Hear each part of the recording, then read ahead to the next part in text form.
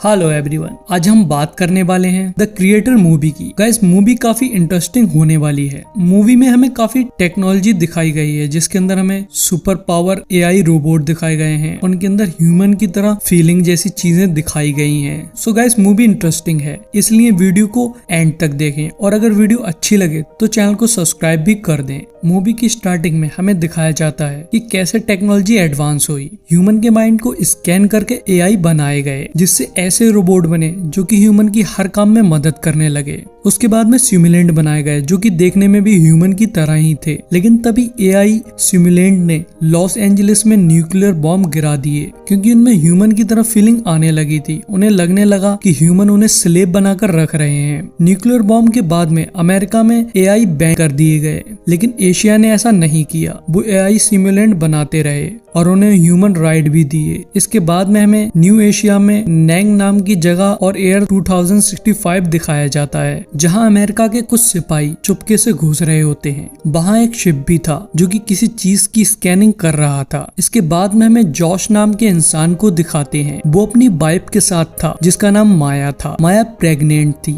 तभी उन्हें बाहर कुछ हलचल महसूस होती है। उसके कुछ सेकंड बाद उनके साथी जो कि एआई थे, वो एक अमेरिकन को लेके आते हैं। वो एआई उसे मार रहे होते हैं। तो जॉश एक हारून नाम के एआई सिमुलेंट से कहता है, हमें यहाँ से भागना होगा। तो सब भागने की तैयारी करने लगते हैं। जॉश उस अमेरिकन को मारना चाहता था, लेकिन माया मना करती है। जॉश कहता है, इसने हमें देख लिया है, हमें इसे मारना होगा। माया फिर भी उससे मना कर रही होती है। तभी जॉश माया को सामान लेने भेज देता है और एक बुलेट चला देता है, लेकिन वो उसने उस सिपाही पे नहीं चलाई होती है। उसका नाम ड्रू था। जॉश उसे जानता था। जॉश भी एक अमेरिकन अंडरकवर एजेंट था। अमेरिकन निर्माता को मारने आए थे, जो कि एक टेररिस्ट ऑर्गेनाइजेशन का हेड था। तो जॉश ड्रू को बताता है कि निर्माता वहाँ नहीं है, वो लोग उसका अंडरकवर खराब कर देंगे। बाहर से गन्स चलने की आवाज आने लगती है। तो जॉश ड्रू के रेडियो से अमेरिकन से बात करता है और उन्हें ये समझाने की कोशिश करता है कि निर्माता वहाँ नहीं है। तो ये सारी बातें माया सुन लेती है और बहुत नाराज होती है। जॉश उसे समझाता है वो सिर्फ निर्माता को चाहते हैं और वो माया को कुछ नहीं होने देगा। तो माया अपने लोगों के बारे में पूछती है। तो जॉश कहता है वो लोग नहीं है, वो सिर्फ रोबोट हैं। माया ये सारी बातें सुनकर बहुत गुस्सा हो जाती है और वहां से भाग जाती है। वो उन एआई के साथ में बोट से भागने लगती है, लेकिन तभी वहां पर वही शिप आ जाता है। उसका नाम नोमैड है। वो एक मिसाइल शूट कर देता है, जिससे माया भी मर जाती है। उस शिप का यही काम था, वो उन बेस को तबाह करता था जिसे निर्माता ने बनाया था। इसके बाद हमें 5 साल बाद का सीन दिखाया जाता है, जहां जॉश ने आर्मी को छोड़ दिया था। जॉश का एक हाथ और एक पैर रोबोटिक था। वो एक दिन नहा रहा होता है, तो उसके पास में जनरल आते हैं। वो उनसे कुछ सुने बिना ही पहले ही मना कर देता है, लेकिन वो उसे बताते हैं उन्हें पता चला है कि निर्माता की लैब कहाँ है और निर्माता ने उसमें एक ऐसा वेपन बनाया है जिससे नोमैड को तबाह करा जा सकता है, जिसका नाम अल्फा ओ है। वो कहते हैं कि अगर नोमैड खत्म हो गया तो उसे बनाने में कम से कम 10 साल लगेंगे। इतने टाइम में एआई ह्यूमन को खत्म कर देंगे। तो जॉश कहता है, मैं निर्माता को मारने के बहुत करीब था, लेकिन तुम लोगों ने नोमैड के जरिए सब खत्म कर दिया, जिसमें मैंने अपनी बीवी और बच्चे को भी खो दिया। ये कहकर वो वहां से जाने लगता है। तभी कर्नल होवेल एक वीडियो चला देती हैं, जो कि 2 दिन पहले की थी, जिसमें माया नजर आ रही होती है। जॉश को उस वीडियो पे विश्वास नहीं हो रहा होता है, लेकिन वो दोनों उसे विश्वास दिलाते हैं कि उसकी वाइफ जिंदा है और निर्माता के साथ में काम कर रही है। अगर वो उनकी मदद करेगा तो वो लोग उसकी वाइफ को जिंदा छोड़ देंगे।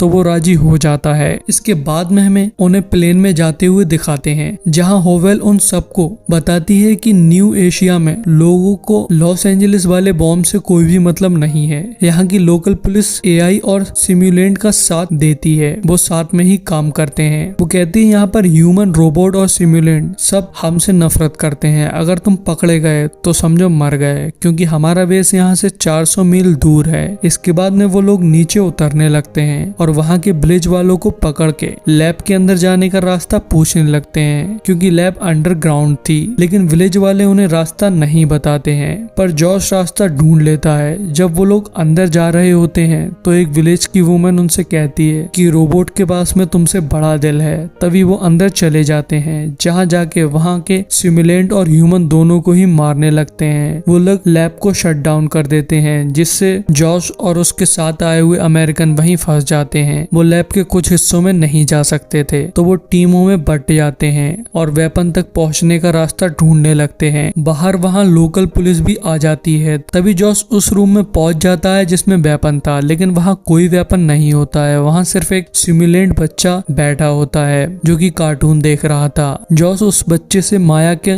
बारे में पूछता है, लेकिन वो कुछ नहीं बोलता है। तभी वहाँ एक डॉक्टर आके जॉश पे शूट कर देती है और उस बच्चे से कहती है जाओ निर्माता को ढूंढो। तो वो बच्चा ऊपर आ जाता है और जॉश भी उसके पीछे आता है, जहाँ ऊपर तबाही मची हुई थी और नोमैड हमला करने वाली थी। जॉश के काफी सारे साथी भी मर चुके होते हैं। तभी नोमैड का हमला होता है जिसमें जॉश बेहोश हो जाता है और फिर अगले सुबह जब उसकी आंख खुलती है तो वो बच्चा उसके आसपास होता है। वो अपने साथियों को ढूंढने लगता है। उसे अपना एक साथी मिलता है शिबली, जो कि घायल होता है। वो सिमुलेंट बच्चा भी उसके साथ में ही था। जॉश शिबली को एक घर में ले जाता है, जहां वो बच्चा एकदम से टीवी ऑन कर देता है। तो जॉश उसे बंद करता है, लेकिन वो बच्चा बिना उस टीवी के पास जाए और बिना छुए उस टीवी को फिर से स्टार्ट कर देता है। इसके बाद में शिबली के फोन पे कर्नल हॉवेल की कॉल आती है, तो वो उससे वेपन के बारे में पूछती हैं, जिसपे जॉश उसे बताता है कि वेपन एक बच्चे की फॉर्म में है। उन लोगों ने एक सिमुलेंट बच्चा बनाया है जो कि आज से पहले कभी नहीं बनाया गया है। उसके पास में ऐसी पावर है जिससे वो टैग की किसी भी चीज को कंट्रोल कर सकता है। हॉवेल उससे कहती है या तो तुम उसे मेरे पास लाओ या फिर मार दो। जॉश दोनों ही नहीं कर सकता था और हॉवेल को भी पुलिस पकड़ लेती है। इधर वो बच्चा एक टैटू बनाता है जो कि माया के हाथ पे था। तो जॉश उससे पूछने लगता है तुमने ये कहाँ देखा है। और फिर जॉश माया का एक डिजिटल फोटोग्राफ दिखाता है और उससे पूछता है तुम इसे जानते हो कि वो कहाँ है। तो वो बच्चा कहता है डियान डैंग की। तभी वहाँ पर बो फार्मर आ जाता है जिसका वो घर था। वो पुलिस को भी बुला लेता है। तो जॉश शिबली और उस बच्चे को लेकर वहाँ से भागता है। हालांकि कार स्टार्ट नहीं हो रही होती है, तो उसे वो बच्चा स्टार्ट कर देता है। इधर हॉवेल को पुलिस जिस कार में ले जा रही होती है उसमें उसका एक और साथी था। वो दोनों मिलके पुलिस को मार देते हैं और फिर वो जॉश को ढूंढने चले जाते हैं। इधर जॉश उस बच्चे से माया का पता पूछ रहा होता है, तो शिबली उस पे गन पॉइंट कर देता है और उससे बेस पे चलने को कहता है, लेकिन वो जख्मी था इसलिए वो उसी टाइम खुद ही मर जाता है। तो जॉश उस बच्चे को लेकर दूसरी कार में कुछ लोगों के साथ में चला जाता है। इधर हॉवेल को जॉश की छोड़ी हुई गाड़ी मिल जाती है और उसमें शिबली की बॉडी भी होती है। तो हॉवेल एक डिवाइस से शिबली के माइंड को एक ड्राइव में ट्रांसफर करती है और बताती है इसे मरे हुए काफी टाइम हो गया है, इसलिए उन्हें सिर्फ 30 सेकंड मिलेंगे। अगर वो उसके मरते ही आ गए होते तो वो शिबली के माइंड को ड्राइव में ट्रांसफर करके उसे एक सिमुलेंट की तरह जिंदा कर सकते थे, लेकिन उसे मरे हुए काफी देर हो गई है, इसलिए वो सिमुलेंट में भी सिर्फ 30 ही सेकंड जिंदा रहेगा। फिर वो उसे जिंदा करते हैं। तो वो बताता है कि जॉश अपने किसी दोस्त के पास गया है जो कि यहीं एशिया में रहता है, लेकिन वो उसे एग्जैक्ट लोकेशन नहीं बता पाता है और उससे पहले ही मर जाता है। इसके बाद में हमें जॉश को दिखाते हैं। वो एक सिविलियन की वैन के अंदर छिप के शहर के अंदर घुस रहा होता है, क्योंकि वहाँ की पुलिस उन्हें ढूंढ रही थी, लेकिन पुलिस वाले बच्चे को पहचान लेते हैं। तो वो बच्चा ही वहाँ की पावर को कट कर देता है और फिर अपनी वैन को स्टार्ट करके वहाँ से भाग लेता है और वो लोग शहर में पहुंच जाते हैं, जहाँ जॉश उस बच्चे से अपनी वाइफ का पता पूछ रहा था। तो पहले वो बच्चा उसे बताता है कि उसका नाम एल्फी है। वो उसे माया के बारे में कुछ भी नहीं बताता है। तभी जॉश को वहाँ माया दिख जाती है। वो उसके पीछे जाता है तो उसे पता लगता है वो एक सिम है। इसके बाद में वो अपने दोस्त के पास जाने लगता है। तो एल्फी रास्ते में उससे उसके पेरेंट्स के बारे में पूछती है, जिस पे वो कहता है वो हेवन में है। तो वो कहती है तुम भी हेवन में जाओगे। तो उस पे जॉश कहता है मैं नहीं जा सकता क्योंकि मैं एक अच्छा इंसान नहीं हूँ। तो एल्फी कहती है कि हम दोनों का सेम है, तुम अच्छे नहीं हो और मैं इंसान नहीं हूँ, इसलिए हम दोनों ही हेवन में नहीं जा सकते हैं। हैं। इसके बाद में हमें एक फ्लैशबैक दिखाते हैं जहाँ जॉश को एक मिशन मिला था ड्रू के द्वारा, जिसमें उसे माया को अपने प्यार में डालना था क्योंकि वो निर्माता को जानती थी। और ड्रू जॉश को एक रिंग भी देता है माया को देने के लिए, लेकिन उसी टाइम प्यार का नाटक करते हुए जॉश को माया से प्यार हो गया था। इसके बाद में फ्लैशबैक खत्म हो जाता है और वो उस शहर में पहुंच जाते हैं जहां जॉश का दोस्त रहता था। शहर में सब जगह उन दोनों के ही फोटो लगे हुए थे, इसलिए एक इंसान उन्हें पहचान लेता है और पुलिस को खबर कर देता है। तभी जॉश एक रोबोट बनाने वाली कंपनी में जाता है जहां उसे ड्रू मिलता है, वही उसका दोस्त था। जॉश ड्रू से एल्फी को चेक करने के लिए कहता है क्योंकि वो एक टेक एक्सपर्ट था। जब वो चेक करता है तो उसे पता लगता है कि एल्फी एक बहुत ही एडवांस टेक्नोलॉजी से बनी हुई है। एल्फी को एक छोटे से बच्चे के तौर पे बनाया गया था और तब से अब तक वो एक ह्यूमन की तरह बड़ी हो रही है।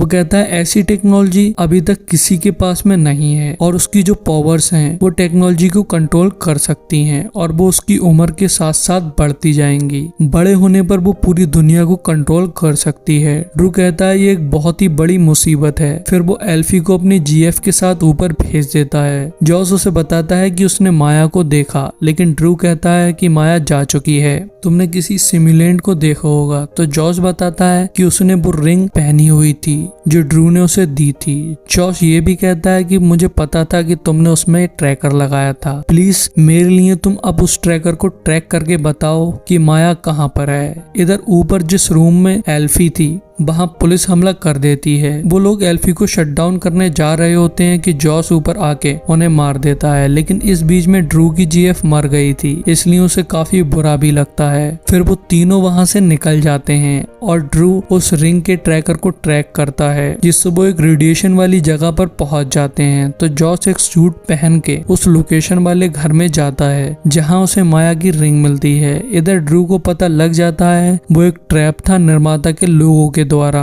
एल्फी अंदर जॉस के पास जाती है जहां जॉस उससे पागलों की तरह माया का पता पूछने लगता है। ड्रू भी वहां अंदर आ जाता है, लेकिन तभी निर्माता के लोग उस पे हमला कर देते हैं जिसमें ड्रू घायल हो जाता है। वो मरते टाइम जॉस को बताता है कि माया ही निर्माता है। उसके बाद में हारून वहां आ जाता है और एल्फी को जॉस से ले लेता है और जॉस को बेहोश कर देता है। जब जॉस की आंख खुलती है तो वो एक बोट में बंद होता है। तो हारून उसके पास आता है और उसे बताता है कि एल्फी को माया ने बनाया था। माया के पिता के मरने के बाद में माया ही निर्माता बन गई। वो कहता है कि ह्यूमन की गलती से जो न्यूक्लियर हमला लॉस एंजलिस में हुआ था वो अमेरिकन ने अपने आप को बचाने के लिए सिमुलेंट एआई पे डाल दिया। वो कहता है हम तो सिर्फ चैन से जीना चाहते हैं। तभी जॉस कहता है वो सिर्फ एक और आखिरी बार माया को देखना चाहता है, लेकिन हारून मना कर देता है क्योंकि उसे लग रहा था वो लोग जॉस को ट्रैक कर रहे हैं। तभी उन्हें ऊपर से धमाकों की आवाज आने लगती है। तो हारून ऊपर जाता है जहां वो देखता है उनके उस बेस पे नोमैड आ गया था। इधर जॉस के पास में एल्फी आ जाती है और वो जॉस के कहने पर उसे खोल देती है। तो जॉस बोट से नीचे कूद जाता है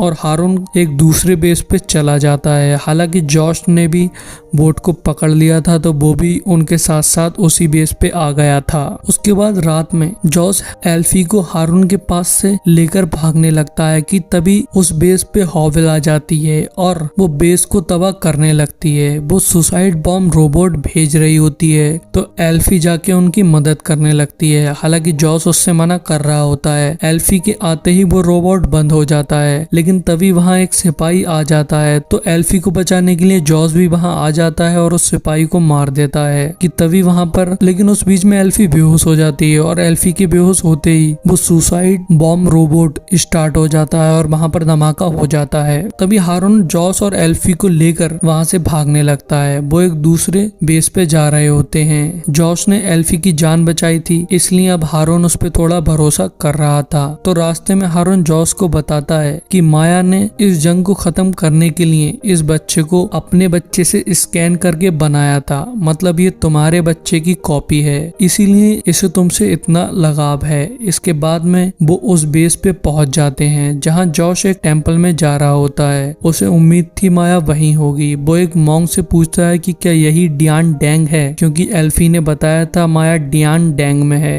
तो मॉन्क बताता है डियान डैंग का मतलब हेवन है। ये सुन के जॉस उदास हो जाता है और उसे विश्वास हो जाता है कि सच में माया नहीं रही। इसके बाद में वो टेम्पल में जाता है तो देखता है कि वहाँ माया लेटी होती है, लेकिन वो कोमा में थी। मॉन्ग उसे बताता है कि माया अब कभी नहीं उठ सकती है, उसका मरना ही उसकी मुक्ति होगा। तभी एल्फी भी वहाँ रोने लगती है और जॉस से कहती है कि मदर को ठीक कर दो। तो जॉस उसकी मशीनों को बंद कर देता है जिससे माया मर जाती है, क्योंकि उसको सुकून देने का सिर्फ एक यही तरीका था। कि तभी वहाँ नोमैड और हॉवेल आ जाते हैं। हॉवेल जॉस के पास आती है। जॉस उसे बताता है कि निर्माता मर चुकी है, लेकिन हॉवेल फिर वही मशीन यूज करके माया की मेमोरी को ड्राइव में ट्रांसफर करने लगती है और वो कहती है कि एल्फी को भी मेरे हवाले करो। लेकिन तभी हारून वहाँ आ जाता है और हारून के पीछे हॉवेल का एक सिपाही भी आ जाता है। हारून हॉवेल पे एक बॉम्ब शूट कर देता है तो वो सिपाही हारून को मार देता है, लेकिन हॉवेल भी वहीं मर जाती है। तभी जॉस और एल्फी वहाँ से भाग रहे होते हैं, लेकिन तभी वहाँ पर कुछ अमेरिकन सिपाही आ जाते हैं और जॉस को पकड़ लेते हैं। वो जॉस से कहते हैं कि तुम एक हीरो हो, उस वेपन को पकड़ा और सबको बचाया है। मतलब वो सबको एक झूठी कहानी बताने वाले थे।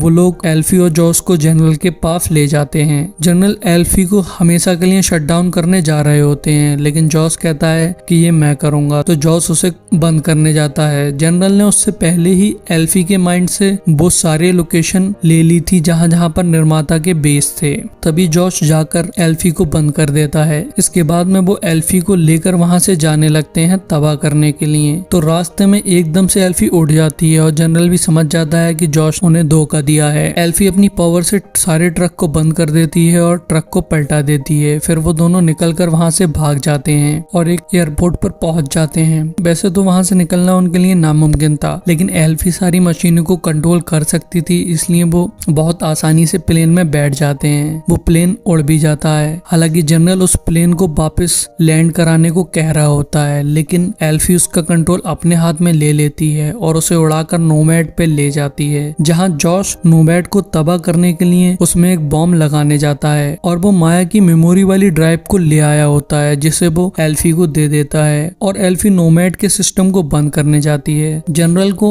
निर्माता के सारे बेस की लोकेशन मिल गई थी, तो इसलिए वो नोमैड से पहले ही मिसाइल शूट करवा देते हैं। एल्फी सिस्टम को बंद कर देती है, लेकिन उससे मिसाइल नहीं रुकती हैं। तभी एल्फी स्केप पॉड में आ रही होती है, लेकिन उसे माया का सिमुलेंट दिख जाता है, तो वो उसमें वही ड्राइव लगा देती है और माया को उठाने की कोशिश करती है, लेकिन माया नहीं उठती है। हालांकि उसके मरते ही उन्होंने उसकी सारी मेमोरी को ट्रांसफर कर लिया था, लेकिन वो काम फिर भी नहीं करता है। तो इसलिए एल्फी उसे वहीं छोड़कर पॉड पे जाती है, जहाँ एक मशीनों से रोकने की कोशिश करती है, लेकिन एल्फी किसी तरह पॉड में पहुंच जाती है और फिर वहाँ जॉस आ जाता है। वो मशीन जॉस को पकड़ लेती है, लेकिन एल्फी उसे अपनी पावर से बंद कर देती है, जिसके बाद में जॉस उस पॉड के दरवाजे को खोलने की कोशिश करता है, लेकिन वो नहीं खुलता है। एल्फी भी ट्राई करती है, लेकिन वो फिर भी नहीं खुलता है। डोर किसी चीज से अटक गया होता है। तभी जॉस का लगाया हुआ बॉम्ब फट जाता है और वहाँ पर धमाके होने लगते हैं। तो जॉस उस पॉड को एविक्यूएट कर देता है और एल्फी ये देखकर बहुत रोने लगती है और ये करने से मना भी कर रही होती है। तभी नोमैड हल्के हल्के तबाह होने लगता है और उसकी सारी मिसाइलें बिना फटे वहीं नीचे गिर जाती हैं और वो सारी लोकेशन बच जाती हैं। इधर जॉस नोमैड के अंदर आता है तो उसे वहाँ पे माया दिखती है, मतलब माया का वही सिमुलेंट दिखता है। अब उसकी मेमोरी पूरी तरह से अपलोड होकर वो उड़ गया था।